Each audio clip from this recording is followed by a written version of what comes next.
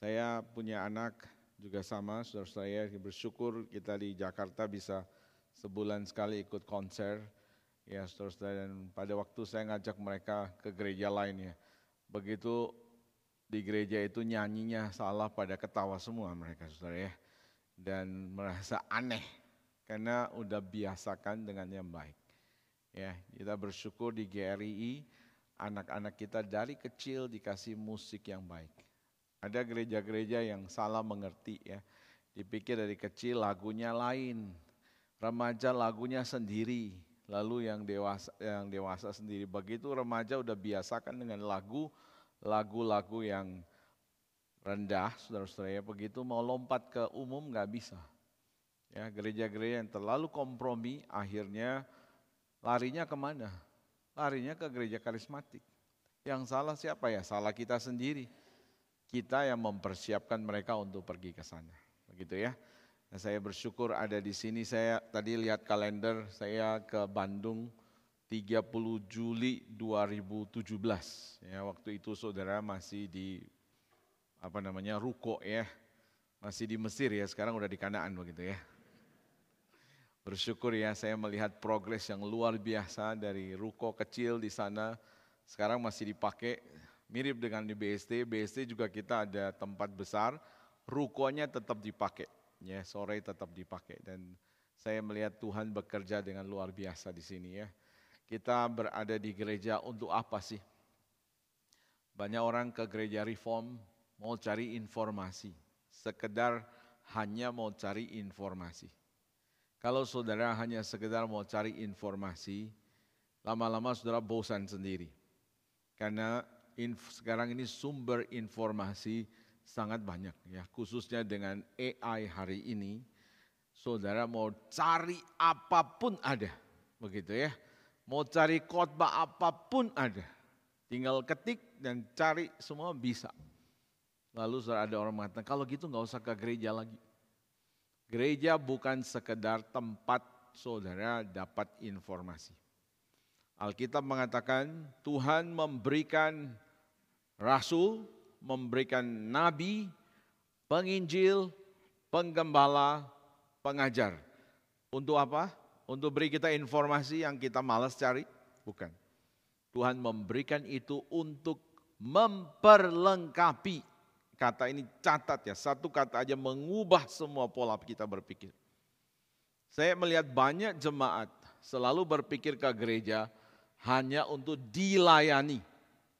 Dilayani curiosity saya. Saya mau tahu tentang ini Pak Pendeta, saya mau tahu ini, saya mau tahu ini, saya mau tahu. Tapi saya nggak mau tahu tentang pelayanan. Berdosa. Kita itu datang ke gereja untuk diperlengkapi. Kalau kita mempunyai kesadaran begini, saudara-saudara, ya, maka saudara akan memanfaatkan semua sarana anugerah yang ada. Baik kebaktian umum, PA, PD, seminar atau apapun. Karena itu semua bagian dari perlengkapan. Saya harap kita mempunyai kesadaran ini. Setiap kali ada di ibadah, saya sedang diperlengkapi. Lalu setelah diperlengkapi, diutus keluar. Senin sampai Jumat saudara akan kerja. Ada orang pemerintah di sini, ada pengusaha di sini, saudara ada pegawai, saudara setelah ini saudara pulang membawa berkat Tuhan dan membawa shalom Tuhan ke tempat di mana pendeta Anda tidak bisa masuk. Kita berdiri di atas mimbar memperlengkapi saudara. Dan saya harap dengan hal seperti ini kita lebih semangat lagi mau belajar. Ya, mau mendekati firman Tuhan dan menyadari bahwa kita sedang diperlengkapi. Bukan sedang dilayani saja. Ya, apalagi dengan sesuatu spirit yang begini. Ya. Saya ini udah kerja setengah mati dari Senin sampai Jumat. Sekarang saya minta pendeta layani saya. Setelah itu saya layani kebutuhan rohani, jasmani hamba Tuhan. Hamba Tuhan tugas saya adalah layani saya. Layani curiosity saya, layani kebutuhan perasaan saya kah, apakah semua butuh prinsip. Saudara, itu sikap yang tidak baik ya. Belajar untuk datang sikap sebagai seorang murid yang mau duduk di kaki Tuhan. Mari kita berdoa. Bapa di dalam sorga, kami mohon kiranya Engkau berbicara kepada kami hari ini. Sebagaimana Tuhan sudah berbicara dari awal melalui fotum, melalui firman Tuhan, melalui puji-puji. Saat ini kami mohon Tuhan juga berbicara melalui firman yang akan kami baca dan renungkan. Kami mohon biarlah Tuhan memperlengkapi kami sekali lagi untuk pergi menjadi duta Kristus dimanapun Tuhan tempatkan kami. Bukalah hati dan pikiran kami, bukalah rahasia firman Tuhan bagi kami. Demi nama Tuhan Yesus, firman yang hidup dan menghidupkan kami alaskan doa kami. Amin. Yohanes pasal yang ke-17, ayat yang ke-15 sampai 17, saya akan bacakan untuk kita. Saya membaca untuk kita dari Yohanes pasal yang ke-17. Yohanes 17 ayat 15. Ini merupakan bagian dari doa Tuhan Yesus, imam besar yang telah melintasi segala langit, yang telah mencurahkan darahnya mati bagi kita. Dia berdoa demikian. Aku tidak meminta supaya engkau mengambil mereka dari dunia, tetapi supaya engkau melindungi mereka daripada yang jahat. Mereka bukan dari dunia ini, sama seperti aku bukan dari dunia. Kuduskanlah mereka dalam kebenaran, firman-Mu adalah kebenaran. Mungkin saya lanjutkan ya. Sama seperti Engkau telah mengutus aku ke dalam dunia, demikian pula aku telah mengutus mereka ke dalam dunia, dan aku menguduskan diriku bagi mereka, supaya mereka pun dikuduskan dalam kebenaran. Demikian pembacaan firman Tuhan. Semua yang membaca, merenungkan, memelihara dalam hati dan hidupnya adalah orang yang berbahagia. Coba saudara perhatikan doa dari Tuhan Yesus ini.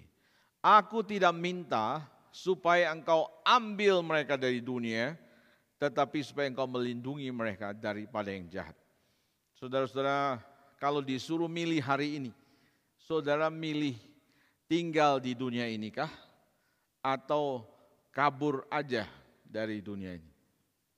Apalagi kalau sudah Indonesia ya, semua pingin kabur ya. Saudara, kalau Tuhan kasih pilihan hari ini, hai jemaat Bandung, saya kasih 2 pilihan.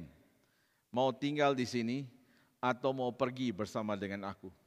Coba yang mau pergi bersama dengan Tuhan, angkat tangan.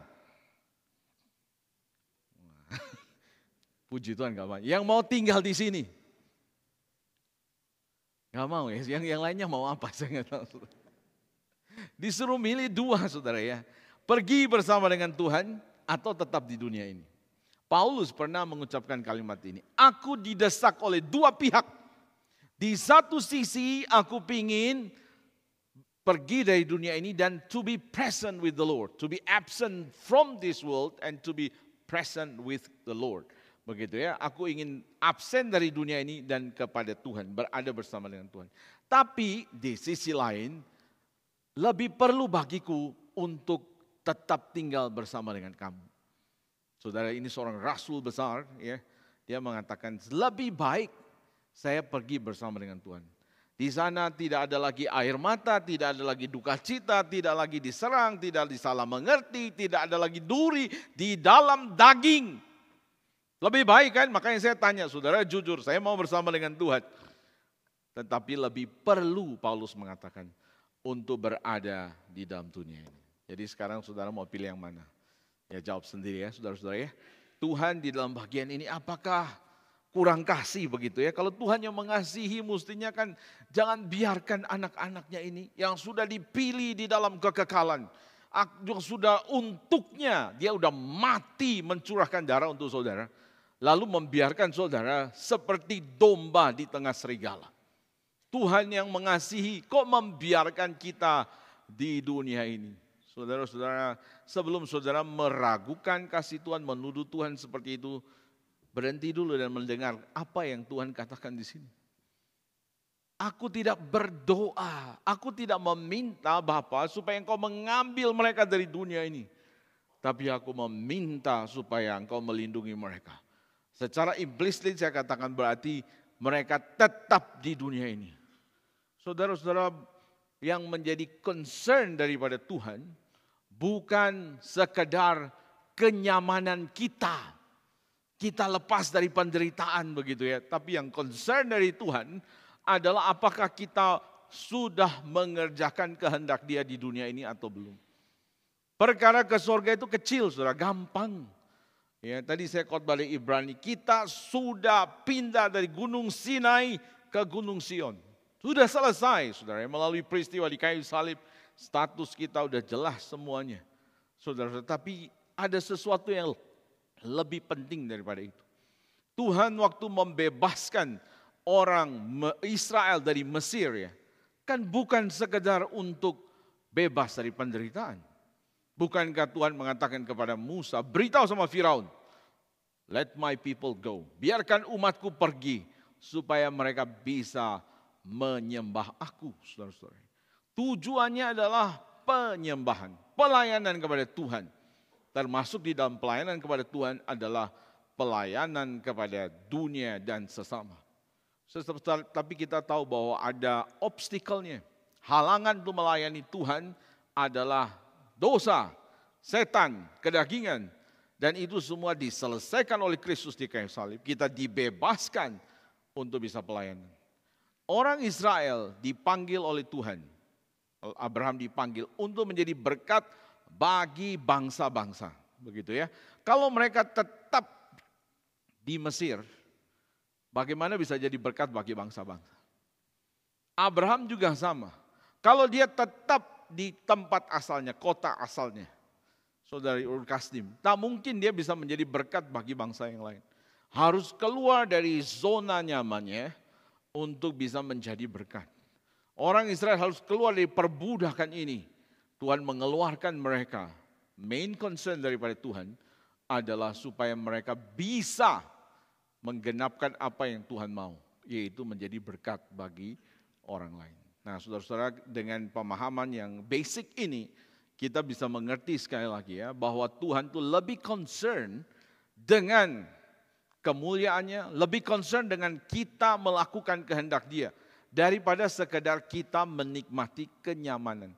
Saudara, Alkitab tidak melarang itu. Kita ini bukan menganut teologi yang anti kepada itu semua ya, asketisme, bukan, saudara ya. Tetapi kita harus tahu bahwa ada prioritasnya. Mana yang lebih penting. Lazarus sakit. Tapi Tuhan Yesus sengaja tunda tuh. Sengaja biar situasinya getting worse and worse sampai dia mati. Sudah mati baru dia datang. Sengaja tunda 3 hari. Sudah mati, sudah berbau busuk mungkin ya. Udah gak ada harapan, baru dia datang dalam kondisi yang seperti itu. Tidak ada orang bisa menghidupkan, baru dia menyatakan kemuliaannya. Itu cara kerja Tuhan. Jadi kehendak Tuhan itu lebih penting daripada sekedar kenyamanan kita.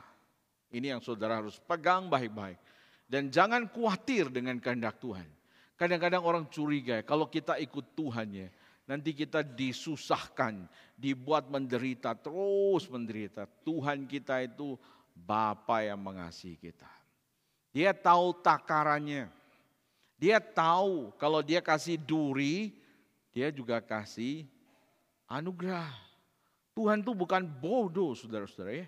Kita kadang-kadang sotoy, sok tahu, sok bijaksana. Merasa lebih tahu dari Tuhan daripada kita. Kita merasa kita lebih tahu. Itu masalahnya. Sudah lebih tahu lalu gak percaya sama Tuhan. Percayalah saudara-saudara ya, bahwa Bapa kita tidak mungkin salah. Bapa yang baik tidak mungkin memberikan ular kepada anak-anak yang meminta roti. Ini saudara catat. Nah sekarang kita masuk ke dalam doa ini ya. Aku minta supaya mereka tetap ada di dalam dunia ini. Saudara-saudara, ini yang Tuhan mau, tetap di dalam dunia tetapi tidak terpengaruh oleh dunia. Kita baru selesaikan Kuyper Conference, saudara-saudara, bicara tentang pendekatan Abraham Kuyper. Di dalam pembahasan kita melihat ada 3 pendekatan terhadap relasi kita dengan dunia. Orang Kristen harus bagaimana? Yang satu yaitu melarikan diri dari dunia. gak mau urusan sama dunia. Pemerintah gak mau, ini berdosa semua, ini korupsi semua, saya gak mau tahu. Saya urusan keluargaku, gerejaku, begitu ya. Yang penting kita semua baik-baik di sini ya. Hidup baik-baik, mati baik-baik, tua baik-baik, semua pokoknya baik-baik di sini, gak usah urusan pemerintah, biarin. Kita peduli amat, pemerintah juga gak ngurus kita kok, kita kerja sendiri. Itu pendekatan satu ya, yang lari. Yang kedua adalah masuk ke dalam dan menjadi sangat sekuler, lupa dirinya. Saudara-saudara, masuk di dalam pemerintahan terkontaminasi habis. Dua ekstrim ini saudara-saudara, mana orang Kristen yang sesungguhnya? Kita ambil di pendekatan di tengah. Saudara-saudara, di dalam satu surat kepada orang Israel, saudara-saudara, Yeremia menuliskan surat kepada mereka waktu dibuang. Mereka ada dalam pembuangannya. Yeremia mengatakan begini, ya, usahakanlah kesejahteraan kota di mana kamu aku buang. Dan doakanlah kota itu, karena kesejahteraan kota itu adalah kesejahteraanmu juga. Orang Kristen mesti hafal ayat ini, sehingga tidak sembarangan bereaksi kepada pemerintah. Sejahat-jahatnya, sebobrok, sekorupsinya pemerintah, buat kita jengkel setengah mati. Saudara-saudara, tetapi kita harus tahu ada prinsip Alkitab di dalam kita berelasi dengan pemerintah. Tidak lari, tidak rebellious, tidak sembarangan. Boleh menyatakan pendapat, boleh tentunya. Tetapi dengan cara yang elegan, yang biblikal, yang tidak demo-demo sembarangan. Ya, kita lakukan dengan aturan yang ada. Tuhan tidak mau kita jadi asketis, lari dari dunia ini, atau menjadi sekuler. Kita tetap berada di dalam dunia, tapi dunia tidak berada di dalam kita. Itu yang Tuhan mau dari kita. Tetap ada, tapi tidak terkontaminasi. Nah, bagaimana caranya? Bagaimana caranya? Saudara-saudara, kita melihat ada beberapa cara di dalam doa Tuhan Yesus ini, saudara-saudara ya. Yang pertama yaitu kita kenali identitas kita. Kita bukan milik dunia ini. Saudara, Tuhan Yesus mengatakan, mereka bukan dari dunia, sama seperti aku bukan dari dunia ini. Saudara-saudara yang dikasihi, ini masalah penting. Tahu identitas kita sebagai orang Kristen di dunia ini, di Indonesia, di kota Bandung, saudara ya. Harus dari umum pendekatan sampai kepada khusus. Tuhan taruh kita di situ dan tahu identitas kita. Apa sih identitas kita, saudara-saudara ya? Kita ini adalah milik Tuhan. Tuhan Yesus mengatakan mereka bukan milik dunia. Mengetahui identitas kita, saudara-saudara, ini penting. Karena itu akan menolong kita untuk bagaimana kita hidup sesuai dengan identitas kita. Musuh akan berusaha untuk membuat kita lupa dengan identitas. Saudara perhatikan pada waktu orang Israel dibuang ke Babilonia, ada orang yang namanya Sadrak, Mesak, Abednego. Itu nama diberikan oleh pemerintah Nebukadnezar pada saat itu Babilonia. Anak-anak muda ini disuruh ganti nama, ganti makanan, ganti culture. Dan dengan harapan dengan mencuci otaknya, maka saudara-saudara ya, akhirnya mereka tidak lagi ingat identitas. Dan tidak rebellious, tidak berontak. Mungkin cara ini yang dipakai sama Soeharto untuk orang-orang Tionghoa ya. Semua orang Chinese tidak boleh pakai nama itu, gak boleh lagu-lagu itu, gak boleh culture Mandarin, semua ditutup habis semuanya. Berapa tahun? 32 tahun. Saudara. It works. Akhirnya saudara yang orang-orang Indonesia, orang keturunan, tidak bisa Mandarin sebaik orang di Singapura atau di Malaysia ya. Karena apa? Karena sudah itu salah satu efeknya. Begitu, mungkin dia ketakutan sama Tiongkok waktu itu, jadi semua kalau bisa ditutup semuanya sampai sebegitu. Saudara-saudara, bahkan ya, saya juga dapat informasi di tetangga saya di gereja BSD itu adalah pemilik dari Museum Tionghoa Peranakan. Mungkin saudara lihat di YouTube ada yang namanya Pak Asmi, sering kontak sama saya. Saya satu kali undang dia kasih seminar, ya saudara ya. Dan dia memberikan data-data sejarah yang membuat jemaat terkaget-kaget gitu. Biasanya kan orang Tionghoa merasa tidak terlalu terlibat di pemerintah. Padahal saudara-saudara ya, di dalam perang sebelum kemerdekaan itu sudah ada saudara leluhur orang Tionghoa yang berperang melawan VOC. Silakan saudara baca di Google banyak ya, perjuangan sebelum kemerdekaan. Bahkan rumah yang dipakai untuk rapat BPUPKI, Badan Persiapan Usaha Kemerdekaan Indonesia, lalu diganti PPKI, itu semua juga orang Chinese di dalam. Yang dirikan ITB juga orang Tionghoa, begitu ya, ada banyak dibuka. Nah itu saya melihat ya, begitu jemaat itu sadar, kita punya leluhur juga berjasa loh untuk negara ini. Nah saudara, mulai tuh rasa cintanya muncul. Tapi kalau nggak tahu apa-apa, apalagi sejarah di-cut begitu ya, akhirnya saudara merasa kita ya udahlah, kita cari uang, pokoknya hidup untuk cari duit. Dan itu tidak benar. Sebagai orang Kristen kita harus tahu ada misi Tuhan di sini. Cara setan itu membuat kita lupa identitas kita. Lupa saudara itu siapa. Lihat tuh orang yang kerasukan setan, namanya siapa tuh? Orang di Gadara. Waktu Tuhan tanya, siapa namamu? Dia bilang, Legion. Gak ada urusannya, lu namanya siapa? Legion tuh 6.000. Ya, kalau saya tanya, siapa namamu? Jawab, 6.000. Nah, orang pikirnya orang gendeng ya. Misalnya saya tanya Pak Hendra, Hendra siapa namamu? Jawab, 6.000. Nah gitu ya, kan kita pikir bingung loh. Ini jawab namanya siapa? Orang kalau kerasukan setan lupa dirinya siapa. Begitu ya. Dan banyak orang Kristen juga, sorry itu saya, lupa diri. Tidak tahu dirinya milik Tuhan. Begitu akhirnya karena tidak tahu dia ini milik siapa, hidupnya tuh tidak seperti yang seharusnya. Kalau kita tahu kita ini siapa, saudara, kita itu mendorong kita untuk hidup sesuai dengan norma, culture, dan budaya kita, begitu ya. Orang-orang Romawi dibuang, ada yang pensiun tinggal di Filipi. Paulus ya waktu kasih nasihat, hiduplah sebagai warga negara. Di dalam terjemahan Indonesia, hiduplah berpadanan dengan Injil dan Filipi ya. Itu kan di terjemahan yang lain, saudara, dikatakan hiduplah sebagai warga negara. Satu frase yang dipakai oleh orang Romawi biasa ngomong kepada mereka yang lain, yang orang Romawi tinggal di kota lain, hidup sebagai warga negara Roma. Walaupun you tinggal di Filipi, sama misal orang Bandung ya, tinggal di Jakarta, kita bilang hiduplah sebagai warga Bandung. Dengan adat istiadat di Bandung, hidup di Jakarta tapi pakai cara Bandung, saudara ya. Nah saudara-saudara, Paulus pakai istilah itu untuk mengatakan, kita orang Kristen hidup sebagai warga negara kerajaan Allah. Identitas. Tahu diri kita ini siapa. Kita ini anak Tuhan, ya statusnya jelas, yang sementara ini mengembara di dunia ini, saudara-saudara ya. Kita harus tahu itu. Milik kita ini milik Tuhan. Saudara lihat di Katekismus Heidelberg gitu ya.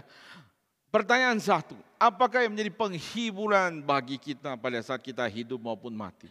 Pada saat kita hidup maupun mati, kita tahu kita ini milik Kristus. Saya nggak bisa bayangkan ya penghiburan apa lagi yang lebih besar dari kesadaran bahwa saya milik Tuhanku.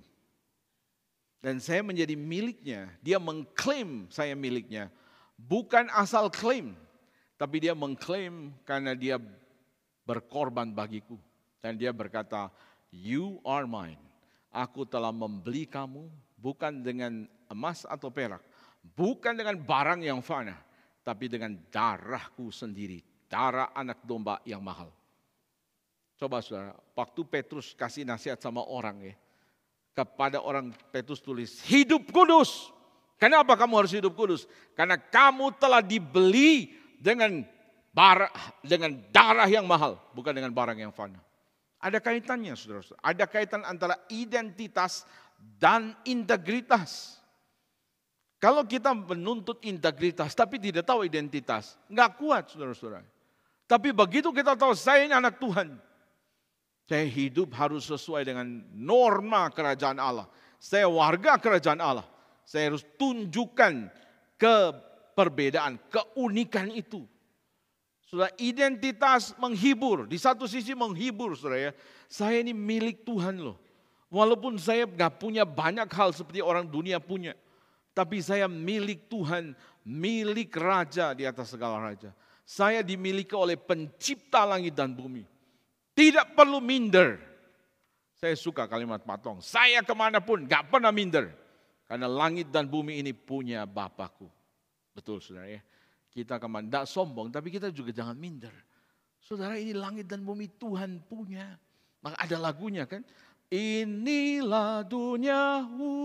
Lagu itu kalau asal nyanyi tidak direnungkan, nggak dapat kekuatannya. Setiap lagu firman-Nya kalau lewat nggak dapat. Begitu lewat diterima dengan iman dan ucapan syukur.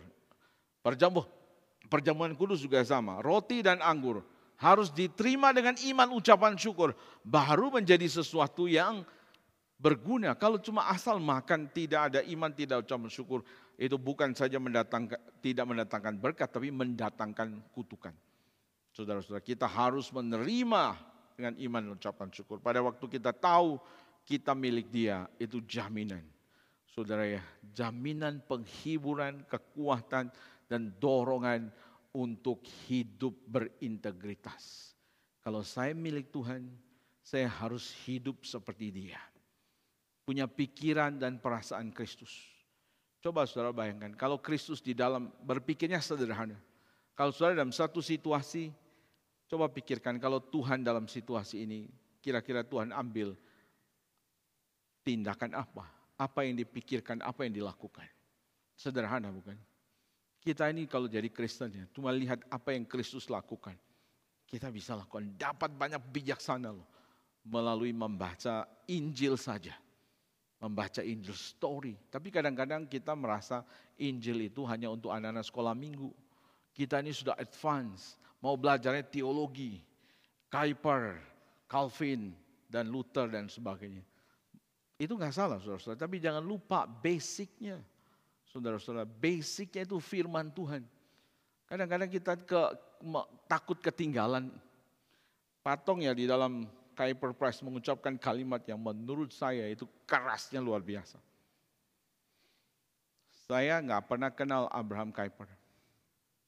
Saya gak pernah tahu saya lahir 20 tahun dia udah mati, saudara ya. Saya gak pernah membaca dan dipengaruhi dia. Dia mau katakan saya lakukan semuanya ini karena membaca kitab suci. Saudara lihat ya, seorang membaca kitab suci melakukannya. Saudara, memang ada orang yang dulu juga pernah membaca, merenungkan, memformulasikan, memimpikan tentang shalom Tuhan di dunia ini, yaitu namanya Abraham Kuyper. Saudara, ya, tapi Tuhan bekerja juga melalui jalur yang sama, melalui firman Tuhan. Sama-sama itu melalui firman Tuhan. Sebenarnya Pak Tong mau katakan ya, jangan sampai kemuliaan diberikan kepada manusia. Kemuliaan itu diberikan kepada Kristus yang menebusnya dan memberikan firman baginya. Dan itu menjadi encouragement untuk kita semua ya, jemaat biasa. Kita punya akses yang sama, baca Alkitab. Baca baik-baik, renungkan, dengar firman Tuhan, lakukan. Itu masalahnya. Harusnya kita ya, just do it. Terlalu banyak sibuk cari informasi, lupa melakukannya. Itu penyakit kita. Setan buat kita terlalu sibuk mencarikan sesuatu yang baru. Saya bilang sama jemaat saya, kalau cari sesuatu yang baru terus, jangan cari di gereja, cari di ChatGPT. Mau tahu apapun ada. Betul saudara. Orang semua ada. Ntar saya khotbah bagian ini, saudara ketiklah, cari kira-kira message-nya apa ya pasal itu. Juga ada dan bisa lebih bagus. Satu kali si Ade Armando wawancara seorang wakil menteri, ya itu bagian siapa tuh yang orang perempuan. Wawancara tentang AI.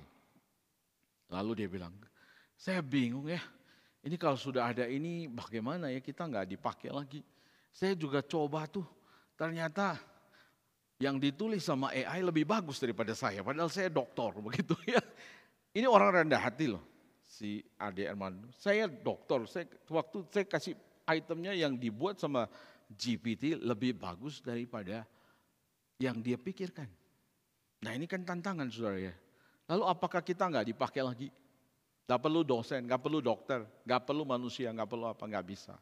Saudara tetap dibutuhkan manusia. Ya, karena ada hal-hal yang tidak bisa ditolong sama GPT. Dia cuma memberikan informasi.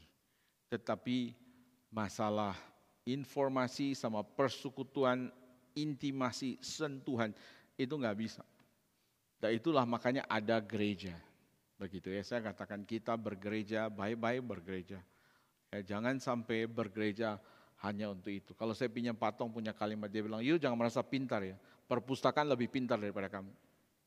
Betul juga ya, kalau dulu kan belum ada Google ya, sekarang ada, semuanya ada.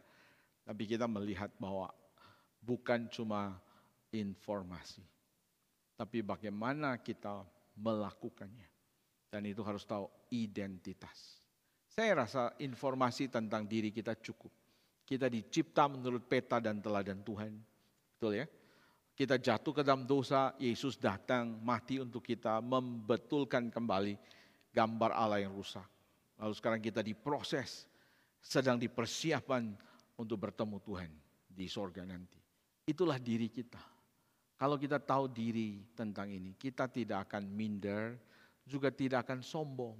Saudara ya, sehebat-hebat apapun saudara tetap manusia berdosa dan tetap akan mati. Saudara-saudara kita semua demikian. Tahu diri dan kita bersyukur kita bukan saja dicipta menurut peta teladan Tuhan, kita sudah rusak tapi kita ditebus oleh Tuhan. Menjadi milik Tuhan. Itu yang memberikan nilai, saudara ya. Nilai kita karena kita dimiliki oleh siapa. Seringkali kita pakai ilustrasi ya, saudara ya, mau pakai barang apapun, sesuatu barang biasa. Pena kah, bolpen kah, nilainya biasa. Tapi kalau dibilang ini dipakai oleh Soekarno pada saat menandatangani proklamasi, atau ini dipakai Pak Stephen Tong waktu menggambar bangunan ini atau RMC. Barang yang biasa itu nilainya bisa berlipat-lipat karena dimiliki oleh siapa. Saudara dan saya orang biasa, tapi kita dimiliki oleh Kristus, nilainya jadi lebih berkali-kali lipat. Jangan minder, jangan sombong. Yang pertama itu ya, kenali identitas. Supaya hadapi dunia, kenali identitas. Yang kedua, ayat yang ke-17. Ayat yang ke-17 saudara saya baca, kuduskanlah mereka dalam kebenaran, firman-Mu adalah kebenaran. Saudara-saudara, yang kedua adalah dikuduskan di dalam kebenaran firman. Ini penting saudara ya. Setelah kita tahu identitas kita, kita perlu firman Tuhan yang menguduskan kita terus-menerus. Pikiran kita ini cenderung tuh miring ke kiri atau ke kanan. Butuh firman Tuhan yang membersihkan terus.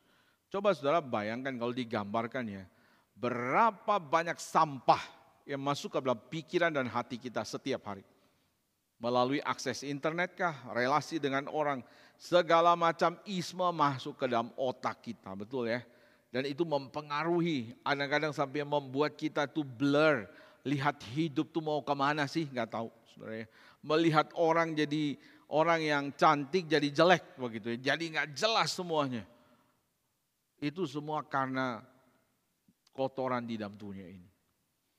Saya nggak tahu ya berapa banyak dari kita yang hari ini kayak misalnya hidup di sini ya, tapi meragukan institusi gereja, meragukan institusi pemerintah, meragukan institusi pernikahan.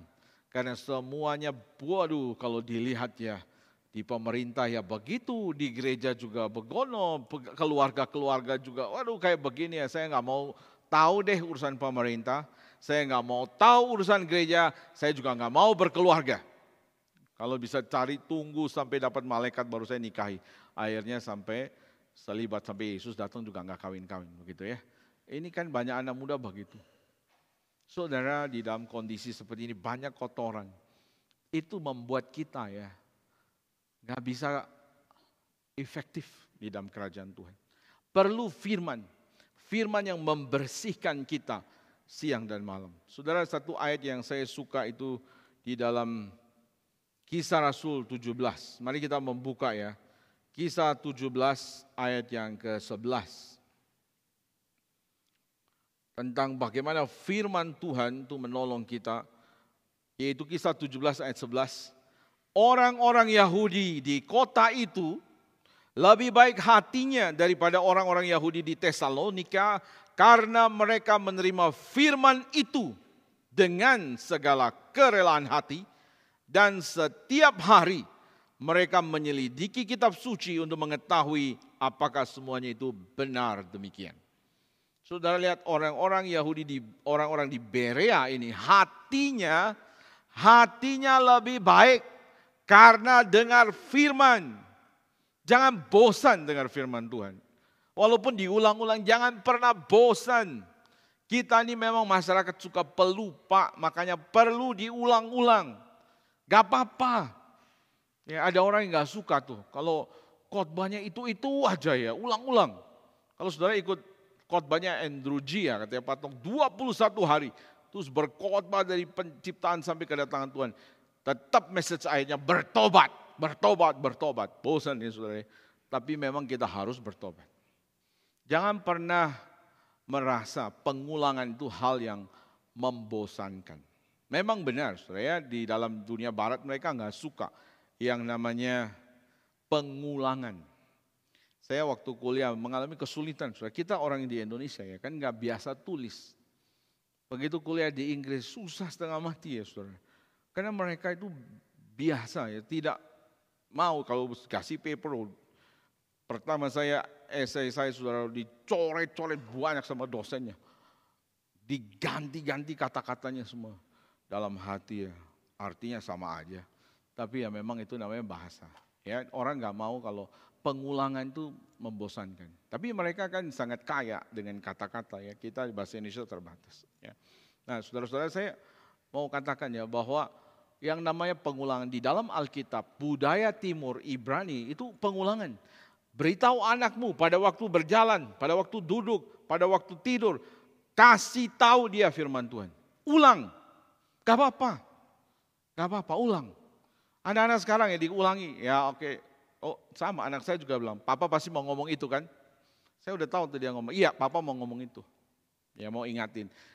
Mereka boleh ngomong itu, satu saat nanti mereka besar baru ingat, iya ya papa gua ngomong benar. Gak apa-apa, kita sebagai orang tua belajar untuk dan kita juga rela ya untuk diulang. Kadang-kadang saya harus bilang jemaat yang lama, you be patient ya. Kalau saya khotbah bagian ini, nanti merasa sudah berapa ya, saya 13 tahun di BSD khotbah itu lagi. Saya kadang-kadang bilang, saya mau kasih ilustrasi ini untuk jemaat yang lama mungkin sudah tahu. Tapi jemaat yang baru saya perlu pakai ilustrasi itu ya supaya mereka juga rasa ya. Saudara di sini ada orang lama, ada orang baru. Kadang-kadang orang lama very demanding, betul nggak? Oh enggak ya, orang Bandung baik-baik ya. Sangat menuntut pendetanya kalau bisa tiap minggu ada surprising truths. Apa yang baru hari ini saudara? Kita tidak sekelas patong ya. Jadi kadang-kadang yang kita sampaikan sesuatu yang sama. Tapi saya percaya kalau Roh Kudus bekerja sesuatu yang sama itu. Pada saat yang berbeda Roh Kudus bisa bekerja memakai itu untuk mengubah orang. Ya, saudara, jangan pernah ragukan kuasa firman Tuhan. Kita dikuduskan oleh firman Tuhan. Tuhan Yesus mengatakan, kenali identitasmu, satu. Kedua, kuduskanlah mereka dalam kebenaran. Biarlah kita dikuduskan oleh firman Tuhan. Ya, saudara-saudara, kita dikuduskan oleh firman Tuhan. Waktu kita mendengar firman, banyak dengar firman, saudara makin lama itu akan mempengaruhi kita. Saya mungkin sering pakai ilustrasi ini ya. Dari dulu masih mahasiswa, orang bilang kalau ada barang kotor di sini, bagaimana bersihkannya, masukin air yang bersih lagi. Betul juga ya, kalau kita mau pakai pinset, ambil barang kotor satu-satu, sampai dunia kiamat juga nggak selesai. Banyak dari antara kita sibuk aja, saya punya masalah ini nih.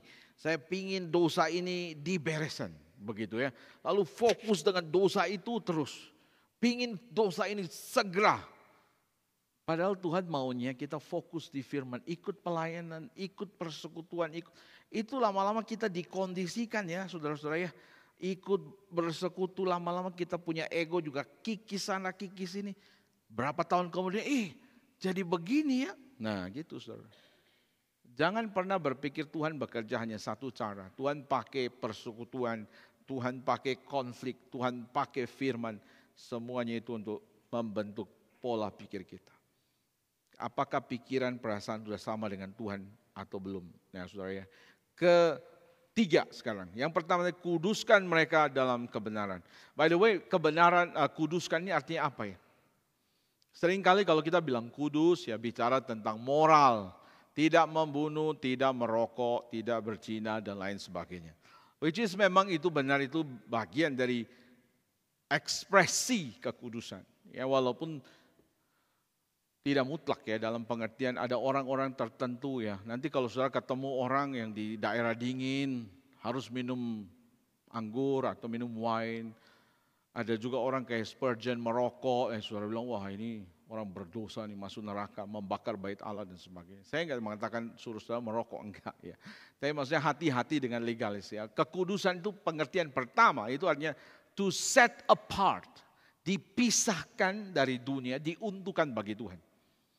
Barang-barang di bait Allah itu disebut barang kudus, ya. Barang itu nggak punya moral kan? Ini disebut barang kudus. Ini tidak punya moralitas kok. Kok dibilang barang kudus? Karena barang ini sudah dikhususkan untuk Tuhan, begitu ya, dipakai di dalam ibadah. Itu namanya dikuduskan. Kita dipisahkan dari dunia, diuntukkan bagi Tuhan. Itu pengertian pertama. Pengertian kedua, kudus. Secara status kita ini kudus. Waktu percaya kepada Kristus kita kudus. Tapi juga secara fakta kita orang berdosa, sehingga Martin Luther dengan pernyataan yang terkenal, simul justus et peccator. At the same time, sinner and saint. Pada saat yang bersama, orang berdosa dan orang kudus. Kita ini kudus secara status kudus. Ya saudara, ini beda sama Roma Katolik ya. Kalau mereka punya orang santo, santa, kita ini orang kudus. Dan saudara harus tahu status kita sebagai orang kudus, tetapi faktanya orang masih berdosa. Antara fakta dan status saat ini belum sinkron. Tapi begitu Yesus datang, atau sebelum Yesus datang, kematian menjemput saudara, maka pada saat itu langsung disempurnakan. Jiwa disempurnakan bertemu Tuhan, tubuh dikuburkan menunggu kebangkitan. Itu kudus secara status. Kudus juga secara teologis bisa dalam pengertian progresif. Kita sementara dikuduskan terus-menerus hari ini. Saudara-saudara, melalui firman, melalui orang kudus, melalui situasi yang sulit, itu semua Tuhan pakai buat kita rendah hati. Makin lama makin kenal diri, makin kudus. Dan terakhir kudus dalam pengertian benar-benar sinless, itu nanti yang tadi saya bilang ya. Jadi kita mengerti Tuhan mau kuduskan kita hari ini, arahnya benar dulu. Untuk bisa berbeda dari dunia, firman Tuhan itu penting. Gak bisa tanpa firman. Harus lebih banyak dengar firman Tuhan. Dan jangan merasa sudah tahu. Itu penyakit kita, saudara-saudara ya. Begitu merasa sudah tahu, saudara akan mengalami kesulitan sendiri. Berapa minggu, 2 minggu yang lalu, 3 minggu saya diminta ke kota Kupang. Kota kelahiran saya puluhan tahun yang lalu. Dan saya merasa, saya lahir di sini kok, saya pasti tahu. Jadi majelisnya kasih mobil, silakan nyetir sendiri. Begitu ya, begitu nyetir, acara udah mau mulai, saya jalan muter. Benar-benar get lost, saudara-saudara. Di dalam kota yang begitu kecil tiba-tiba mutar-mutar, saya bingung. Pengurus udah telepon, Pak ini acara udah mulai, bagaimana ini? Sebentar. Akhirnya harus kembali ke laptop, tanya Google. Ya, tanya sama orang, Sherlock dulu saudara-saudara ya. Itu penyakitnya karena merasa sudah tahu. Hanya hal kita nggak tahu. Ya saudara-saudara, belajar firman Tuhan itu penting sekali untuk terus mengingatkan kita. Yang ketiga, saudara-saudara, bagaimana supaya kita bisa tetap berada di dalam dunia dan dunia tidak di dalam kita. atau kita tetap berbeda dari dunia. Perhatikan ayat 17, ayat 18, saudara ya. Ayat yang ke-18 di situ dikatakan, sama seperti engkau telah mengutus aku ke dalam dunia, demikian pula aku telah mengutus mereka ke dalam dunia.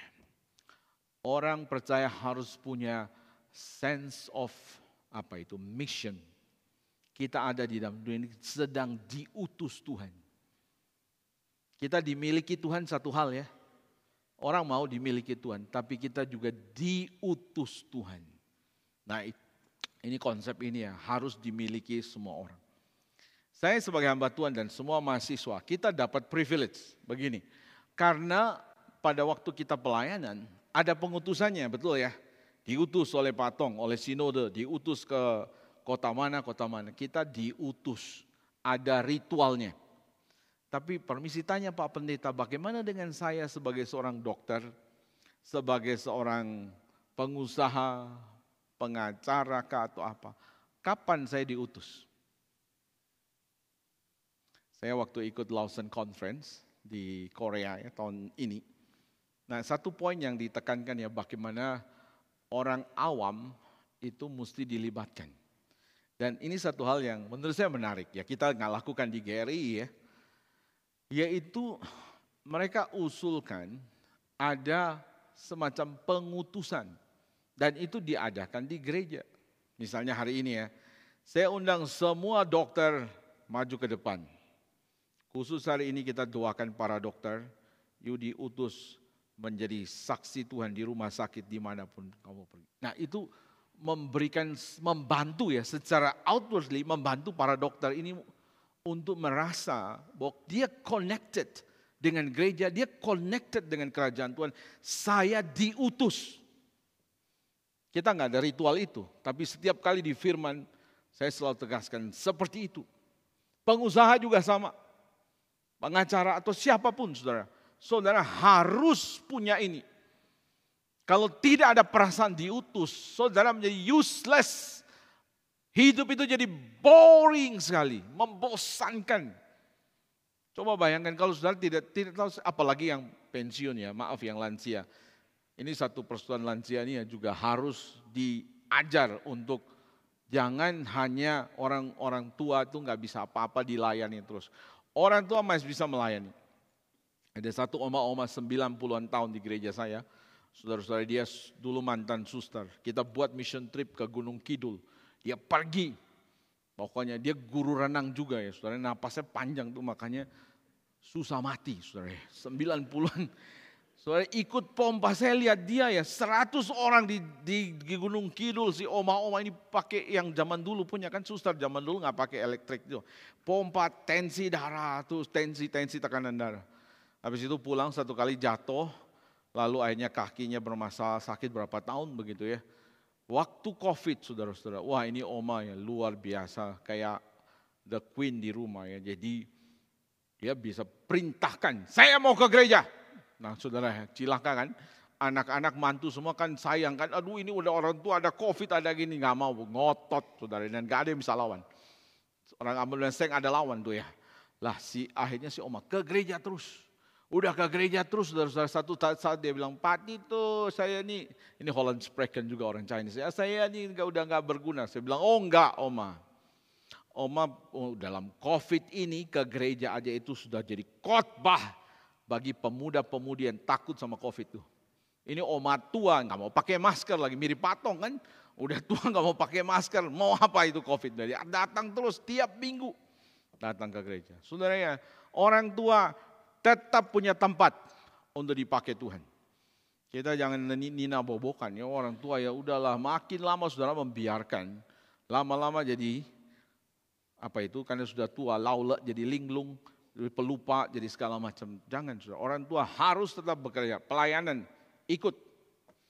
Ya, saya kalau melayani orang-orang tua ya, ada orang tua yang pernah layani orang hanya bisa bahasa Hokkien. Saya cari orang jemaat saya orang Medan yang bisa Hokkien, you telepon ngomong. Dan saya nggak bisa bahasa lidah begitu ya. Kalau ada orang yang begini saya harus sedikit-sedikit cungon bisa lah, keilah ya. Tapi yang itu susah saudara-saudara. Yang perlu orang tua itu dilayani. Akhirnya mereka jadi merasa diri itu dipakai. Dan gereja harus menjadi tempat bahwa mereka diperlengkapi. Bukan tadi liturgis bilang, bukan dikasihani. Ya, lebih baik diperas. Dan saya kadang-kadang rangsang orang tua untuk menceritakan. Ya, ada satu orang tua ribut sama anaknya. Ya, kadang-kadang anak-anak sekarang ya susah, ya nggak mengerti orang tua punya susah dulu bagaimana besarin mereka, lalu marah udah nggak bisa ngomong. Biasa Pak Pendeta jadi wasit, jadi pendeta yang besuk si ama-ama gini ya. Saya masuk, saya ajak cerita, dia cerita ya bagaimana perjuangan dia di Aceh, orang Tionghoa di Aceh, saudara, lalu ikut suami ke Medan, dan bagaimana diperlakukan oleh keluarga tidak baik, balik lagi ke Aceh, lalu dia dengan susah payah pergi ke Jakarta. Di Jakarta dia rintis usaha, jualan dan sebagainya sampai sukses, saudara ya. Sampai KFC masuk, akhirnya dia punya usaha tutup karena kalah. Udah kan dia jual untuk mahasiswa, lalu akhirnya dia buka lagi toko on the deer dan lain sebagainya. Intinya saudara, saya melihat bagaimana seorang ama ini sungguh-sungguh. By the way, mungkin hari ini ada di sini ya. Dia lagi liburan ke Bandung. Ada nggak ya? Nggak datang ya. Dia bagaimana berjuang sungguh-sungguh, saudara-saudara ya, untuk bisa anak. Dan saya bisa belajar ya. Dia bilang, Musa saya bagaimana susah pun, suami saya nggak kerja, malas, tapi saya kerja besarin anak-anak. Sekarang anak-anak udah besar lawan saya. Saya langsung telepon anaknya, untuk bertobat. Sama orang tua nggak boleh begitu. Ya. Tapi saya dapat pelajaran. Nah satu lagi saudara, dia kan orang tua ya, dia cuma bawa satu kertas ini. Saya doa jam 3 pagi, jam 4 doa untuk hamba Tuhan. Lalu doanya apa? Jadi dia bahasa Indonesia juga terbatas ya. Cuma doa Bapa kami, saudara-saudara ya. Doa Bapa kami yang di sorga, dikuduskan namamu, begitu ya. Lalu apalagi ya cuma lagu itu, Bapa terima kasih, cuma itu dia doa. Jadi lembar ini dia bawa ke rumah baca Alkitab. Lalu saya kasih tahu dia satu hal. Ama, itu coba pengakuan iman rasuli juga, dia nggak tahu yang mana. Saya kasih tahu yang ini, oh iya. Tapi karena orangnya lebih familiar dengan sungguhannya ya, jadi saya juga, untung saya hafal sedikit. Saudara, kalau kebaktian Mandarin saudara belajar juga ya. 我信上帝全能的父，创造天地的主，begitu ya. 我信我主耶稣基督上帝的独生子. Terus sampai selesai, wah dia senang banget tuh. Ini orang kita nih begitu ya. Dia senang ya. Saya bilang, ama punya doa sangat berarti bagi saya. Banyak orang-orang tua jadi pendoa saya. Ya. Saya sangat bersyukur. Berapa waktu ada yang mau meninggal, saya pergi. Lalu sudah mau pulang, mereka bilang, ini Taci ini suka doakan hamba Tuhan. Saya bilang, kalau begitu tolong doakan saya. Ya doakan saya. Saya besok hari Senin, Sabtunya meninggal dunia. Tapi heran, sebelum meninggal masih ada kasih kalimat begini. Tolong belikan pendeta Titus batik. Ya, batik saya banyak. Ada orang mau mati masih ingat pendeta yang doakan dia sebelum mati, saudara. Ya, tapi poin saya gini, orang tua itu masih bisa dipakai Tuhan. Ya, kembali kepada saya bilang, semua kita punya sense of mission. Orang dokter harus merasa diutus, pengacara harus diutus. Apapun saudara ya, pengacara orang pegawai negeri, itu ada nggak? Banyak dari kita disconnected antara hidup gereja sama ini, gak connect saudara-saudara. Nah itu memang saudara yang tadi saya bilang ya. Kalau dipakai ritual gitu, ya itu mesti tanya sinode. Sesuatu yang baik. Ya kalau misalnya orang diutus, saudara diutus dari gereja sini, utus kalian untuk menjadi saksi Tuhan di perusahaan. Jadi ada perasaan tanggung jawab. Saya ini ke gereja, saya dutanya Tuhan. Gak dilepas, saudara-saudara. Kita perlu ada koneksi seperti itu ya. Sense of mission itu menjadi hal yang penting. Bagaimana supaya kita berbeda, tapi kita tetap tinggal di dalam dunia. Ya, sudah 3 ya. Yang pertama, tahu identitas. Kedua, dikuduskan oleh firman. Ketiga, ada sense of mission, perasaan diutus oleh Tuhan. Dan yang terakhir, saudara-saudara, adalah bagaimana kita bersandar pada perlindungan Tuhan. Saudara tahu semua ini ada di dalam doa Tuhan Yesus. Aku berdoa, ayat yang ke-15, supaya engkau melindungi mereka daripada yang jahat. Kita butuh perlindungan dari Tuhan. Saudara, mengerikan sih sebetulnya ya, kalau hidup dalam dunia. Jangan sombong, hidup ini peperangan rohani.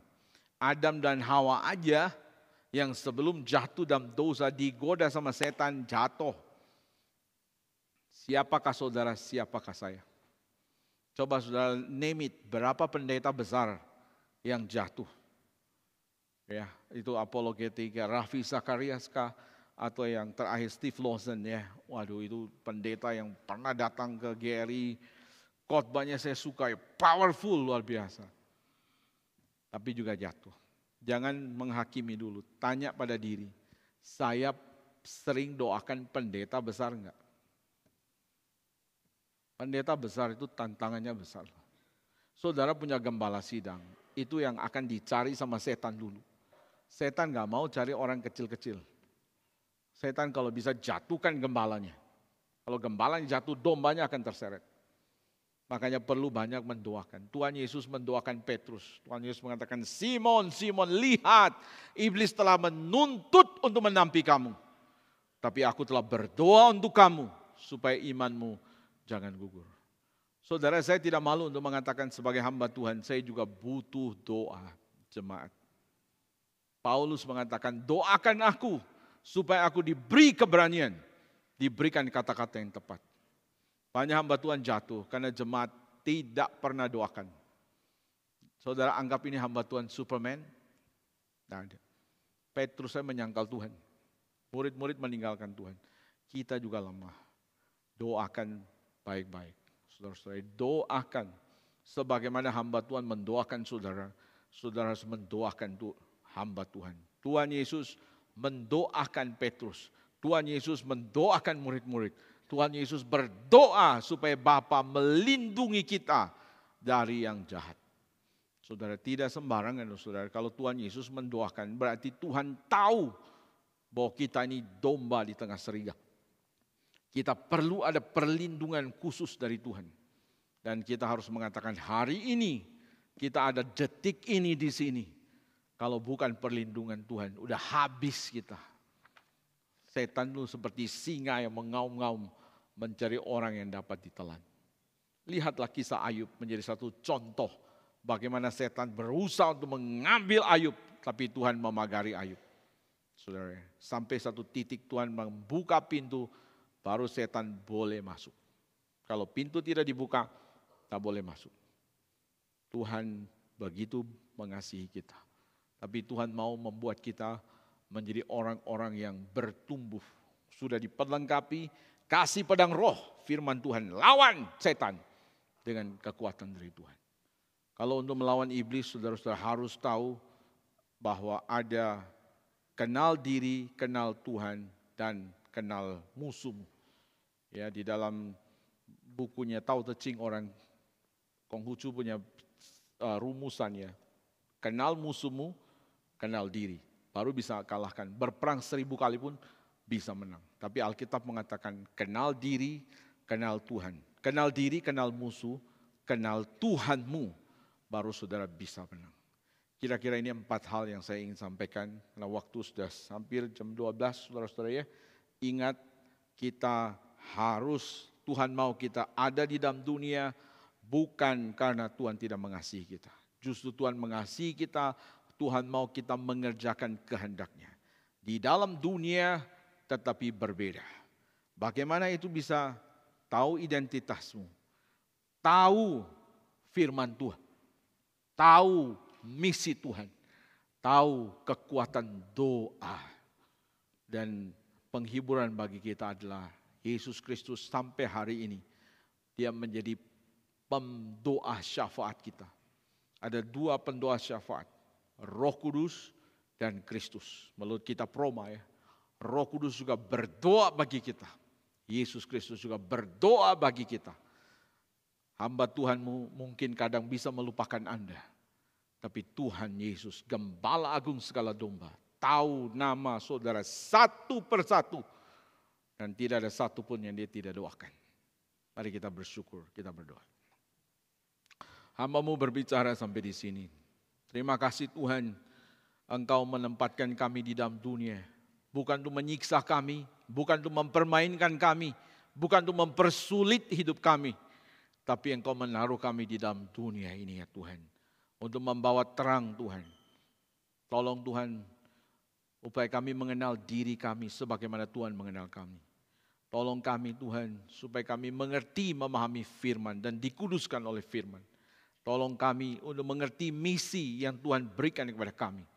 Tolong kami untuk berdoa, karena itulah kekuatan kami.